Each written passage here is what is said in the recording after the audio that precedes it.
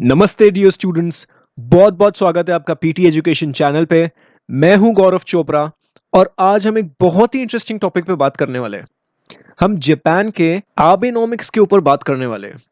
ना you might have heard about Abenomics, but for those of you who don't know about Abenomics, will try to decipher it in a very simple language. हम ये session में आबेनॉमिक्स का concept समझने की कोशिश करने वाले हैं। ये कहाँ से आया, यानी इसका कॉन्टेक्स्ट क्या रह चुका है, क्यों ये आया, इन सभी के बारे में हम इस सेशन में बात करने वाले हैं। तो बने रहिए मेरे साथ इस वीडियो के एंड तक। तो चलिए आगे बढ़ते हैं। सबसे पहले आइए जानते हैं आबेनॉमिक्स क्या होता है। तो बेसिकली ये जापान के प्राइम मिनिस्टर के द्वारा जो इकोनॉमिक प्रोग्राम लाया था, उसके रेफरेंस में इनके सरनेम का यूसेज इकोनॉमिक्स में किया जाता है, जो कि पूरी दुनिया में ये ब्लेंड बहुत मशहूर है। शिंजो आबे का आबे एंड इकोनॉमिक्स का नॉमिक्स, सो आबेनॉमिक्स। अब ये नाम क्यों रखा गया? क्योंकि इनके द्वारा ऐसी नीतियां लाई गई थी जो नॉर्मल नहीं थी। अगर हम बाकी मुल्कों से कंपेयर करें तो इन्होंने जापान में monetary policy, fiscal policy and structural reforms, इन तीन मेजर पिलर्स में बहुत बड़े पैमाने पे चेंजेस किए ताकि जापान अपने लॉस्ट डेकेड से उभर के निकले। इसीलिए economics of Abe is referred to as आबेनॉमिक्स।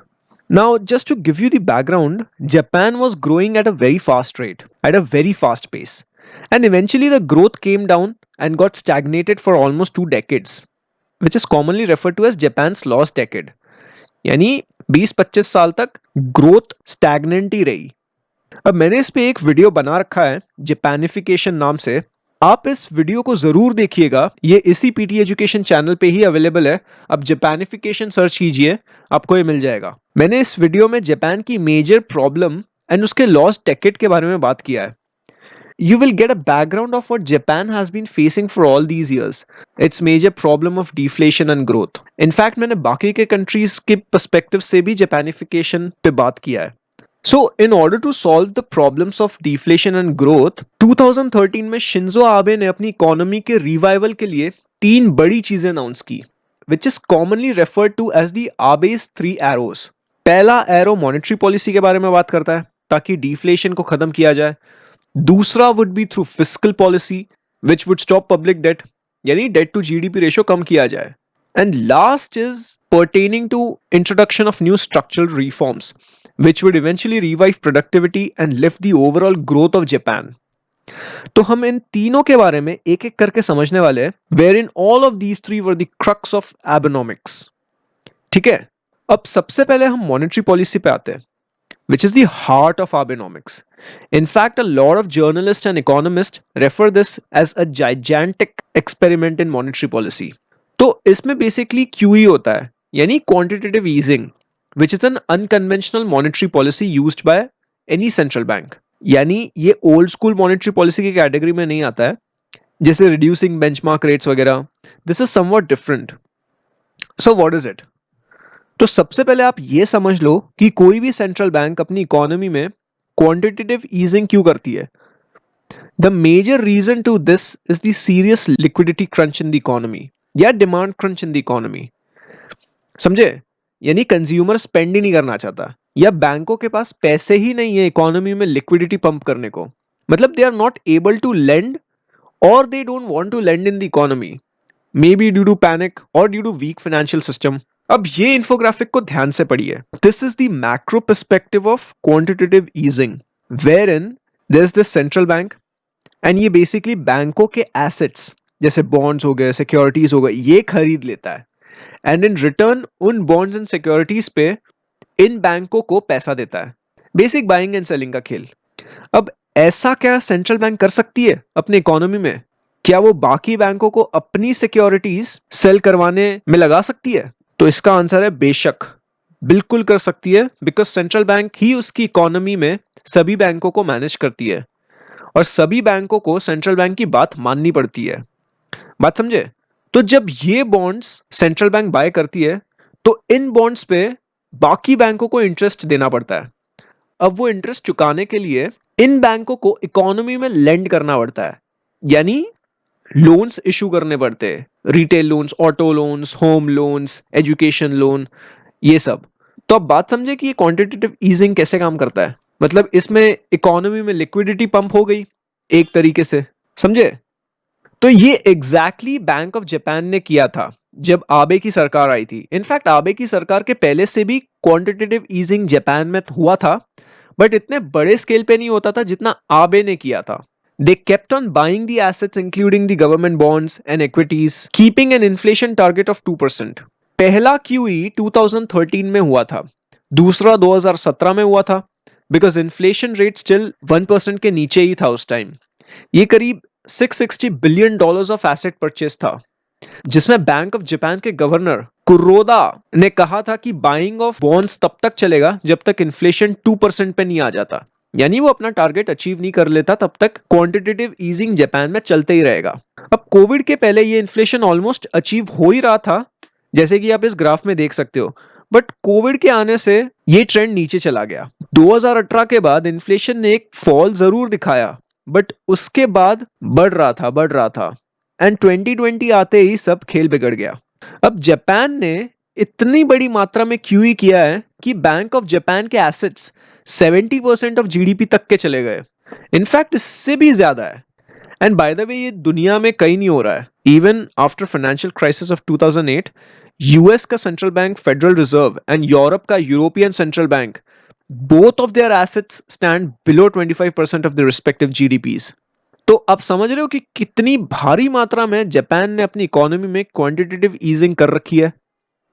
अगर हम बॉन्ड यील्ड्स की बात करें तो इसमें भी बैंक ऑफ जापान ने 2016 में नेगेटिव इंटरेस्ट रेट्स इंट्रोड्यूस किए। यानी if you invest in a 10-year bond, you might probably lose some of your capital or the invested amount. Europe, Denmark, Sweden and Switzerland, इन मुल्कों में भी negative interest rates है। In fact ये negative interest rates 2018, 19, 20 तक चले। So despite of all these efforts, Bank of Japan together with Abenomics couldn't achieve the 2% target of inflation. अगर हम फिस्कल स्टिमुलस की बात करें तो ये जापान के द्वारा 2013 में ही स्टार्ट हो गया था। करीब 20.2 ट्रिलियन येन यानी $210 बिलियन का फिस्कल स्टिमुलस जापान ने लाया था।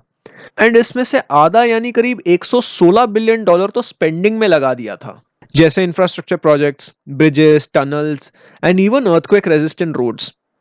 एंड ये फिस्कल पैकेजेस 2013 के बाद भी चलते रहे। अप्रैल 2014 में 5.5 ट्रिलियन येन का बूस्ट दिया जापान को।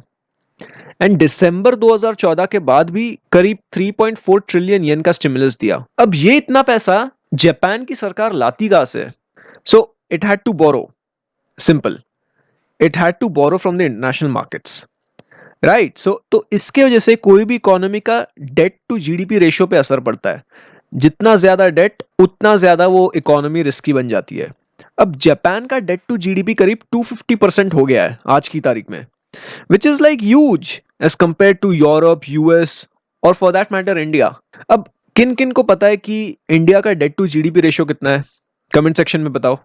If we talk about the third arrow which is about the structural reforms, 2014 में इलेक्शन जीतने के तुरंत बाद आबे ने एक बहुत मोटा रिफॉर्म पैकेज अनाउंस किया, which basically included corporate tax cuts, agriculture liberalization, and introduction of the labor market reforms. And of course, to maintain the energy, environmental and healthcare sectors, आबे सरकार ने इन चीजों में भी रिफॉर्म्स लाने की कोशिश की। अब आप एक बात समझ लो कि जापान में लेबर की शॉर्टेज बहुत ज्यादा है।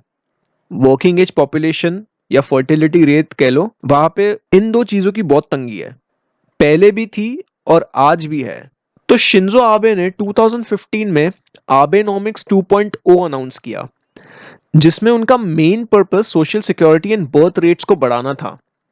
इसके अलावा ही प्लेज्ड टू स्पेंड 2 ट्रिलियन येन यानी $17.6 billion on education and child care, जिसमें 3 से 5 साल के बच्चों के लिए प्री स्कूल फ्री रहेगी और जो लो इनकम हाउस होल्ड्स है उनके बच्चे 2 साल की उम्र या उससे कम, उनके लिए भी ये प्री स्कूल फ्री रहेगा। अब इसके चलते इनडायरेक्टली फीमेल पॉपुलेशन का वर्कफोर्स में आना थोड़ा बढ़ जाता है एंड यही आबे सरकार का इंटेंशन था। The so called womenomics plan aimed to raise the female employment rate from 68% to 73% by 2020 और ये इसमें बहुत हद तक सफल ही रहा है। आज के तारीख में 2020 में फीमेल लेबर फोर्स पार्टिसिपेशन 71% तक बढ़ा है, which is higher than even in America. समझे? जैसे कि आप इस ग्राफ में देख सकते हो कि 2014 से ये एक अपवर्ड ट्रेंड ही रहा है, यानी कुछ हद तक Abe government was successful in increasing the female workforce participation rate. ये देख रहे हो? एंड ये जापानीज गवर्नमेंट की तरफ से एक स्ट्रॉन्ग पॉइंट निकल के आता है कि ये वर्कफोर्स पार्टिसिपेशन रेट बढ़ने से वुमेन के वेजेस भी बढ़ेंगे एंड इन टर्न उनके स्टेटस में भी एक बदलाव आएगा। जापान में भी वुमेन स्टेटस का इशू है and essentially if all of these things work as per the plan then the overall fertility rate would increase. But इससे इतना कुछ मेजर फर्क पड़ा नहीं if we try to study the actual numbers of the fertility rates in Japan. जैसे कि आप ये रेड लाइन देख सकते हो, ये रेड लाइन बेसिकली जापान में टोटल चिल्ड्रन पर वुमेन बताता है फ्रॉम 1960 टू 2019। अब 2013 के बाद इसमें इतना बड़ा चेंज आया नहीं है। एक ये 2018 में करीब 1.4 था एंड उसके पहले भी यही रेंज में रहा है, स्पेशली शिंजो आबे के सरकार के दौरान। Again working age population Japan का नीचे ही जा रहा है as of 2018। Total percentage of population in the labour force is 59.7%। समझे? तो ये बेसिकली आबे के 3 मेजर एरोस थे which actually defined Abenomics, which is monetary policy, fiscal stimulus and structural reforms. Well, so बस आज के लिए इतना ही रखते हैं। जाने से पहले I have one question for you. अब इतने measures लेने के बावजूद there might be some underlying risk to all of these, right? So what do you think? What are these risks of aggressive monetary policies by Japan? Comment section में बताओ। Heavy public debt का risk क्या है? Negative interest rates का risk क्या है? इतनी बड़ी मात्रा में क्वांटिटेटिव ईजिंग करने का रिस्क क्या है? तो ये सभी चीजों के बारे में आपका क्या विचार है मैं जानना चाहता हूं। So comment down below your views. Well, this was all about Abenomics. कैसा लगा सेशन कमेंट सेक्शन में बताना जरूर। If you like this video make sure you hit that like button, share this video with your friends, colleagues, और अगर आपका कोई सवाल या सुझाव हो तो उसे कमेंट सेक्शन में जरूर बताइएगा। We now come to an end to this session. Here are some useful resources for you from PD Family. Make use of these. उम्मीद करता हूं ये सेशन आपको पसंद आया होगा। नमस्ते, जय हिंद।